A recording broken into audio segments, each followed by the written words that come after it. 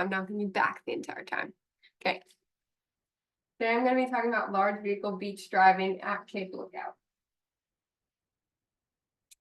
So I want you to picture a white sandy beach for nesting shorebirds and nesting sea turtles.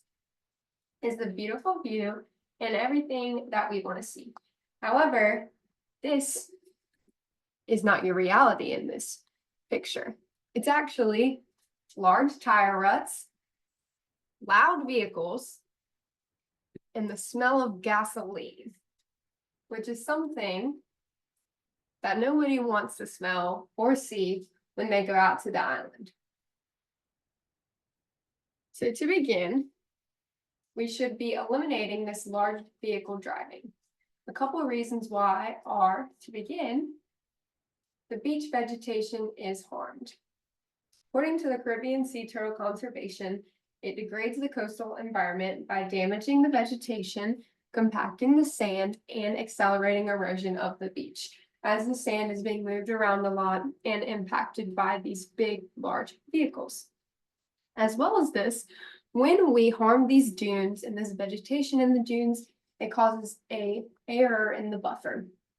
These dunes are big buffers for storms, which actually protect us on the inland areas, as well as other coastal places inside of these barrier islands, according to NC Audubon and Robert Sims. As well as this, baby sea turtles and baby birds are often stuck in these tire ruts. This is a problem because it will cause them to die. The baby sea turtles get stuck in these tire ruts and they're not able to continue on their trek to the ocean, as they are possibly eaten by gulls, run over by vehicles that don't see them, or they just die from heat exhaustion, temperature stress, as well as many other things. As well as this, the birds can also get stuck in these tire ruts. And that often extends beyond just them getting run over by cars and crushed. When birds get stuck in tire ruts, they are left away from their parents. So that's going to cause extreme temperature stress and a risk of predation, as they're all alone out there and calling out to their parents. And this is also according to NC Audubon and the Bird Alliance of Oregon.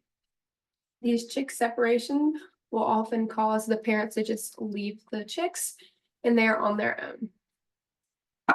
Third, there is a risk of accident to visitors.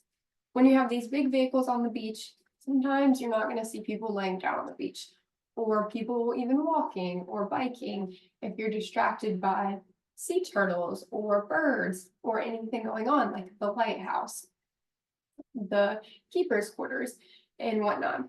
So according to Route Creek National Park, the closure actually allows an increase to the access of the park to visitors. As well as this, the National Park Service here often tells us that people forget to decrease their tire pressure. When you decrease your tire pressure, you're protecting your car and yourself on these beaches. When you don't do this, you're risking yourself for more accidents. As well as when you do this, it creates big humps in the sand, which cause a of your vehicle, which can cause more damage to you or other cars. As well as these things, people, like I said, are distracted. Often people are intoxicated on the beach because they don't realize that there is law enforcement out there, or they don't recognize these uneven surfaces, such as with large tides, we have big escarpments, and if they are perpendicular to the shoreline, you're not going to see it. So then you go over and it just falls down and it'll cause your car to rock. So a little bit of statistics about the wildlife itself. These statistics are from this year. So far, we're only halfway into the major season of turtles, and we are nearing the end of the birds, but not quite. So there is over 100 nests of piping plovers and American oyster catchers, which are both endangered. And then the colonial waterbird colonies do not include actual nests themselves. So there could be over hundreds of nests in this 23. As well as this, The turtles, like I said, are in the middle of their season right now, maybe not even at the peak yet. There's already over 150 nests on the shoreline.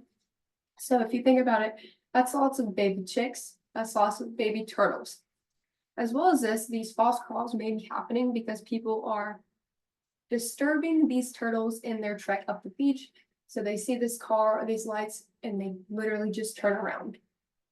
As well as this, there's over 500,000 visitors in previous years. So you can only imagine the amount of tire ruts, bad smells, and harm to the beach itself. So, like I said, we have a bunch of these big vehicles, which leave these big ruts. And you can only imagine what an RV of this size or this fifth wheeler will do to the beach. Like I said, large ruts, gasoline all over the place, and even trash because you can hold so much in these vehicles.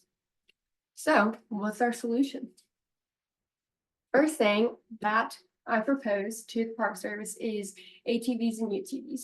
ATVs and UTVs have very little tire tracks, and we at the Park Service actually use ATVs and UTVs because turtles can still move over it, and birds usually don't nest in these little areas.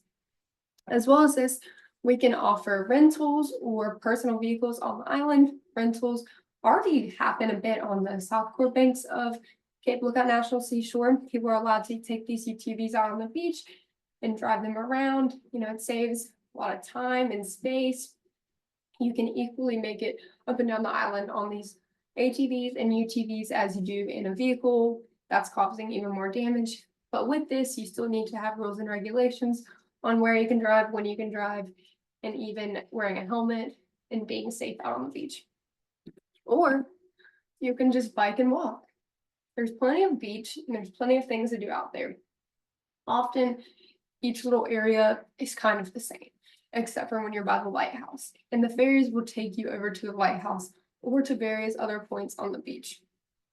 So, to conclude, we should eliminate large vehicle driving on the beach because of the degradation to vegetation and wildlife, as well as the increased harm to the public, according to the National Park Service itself.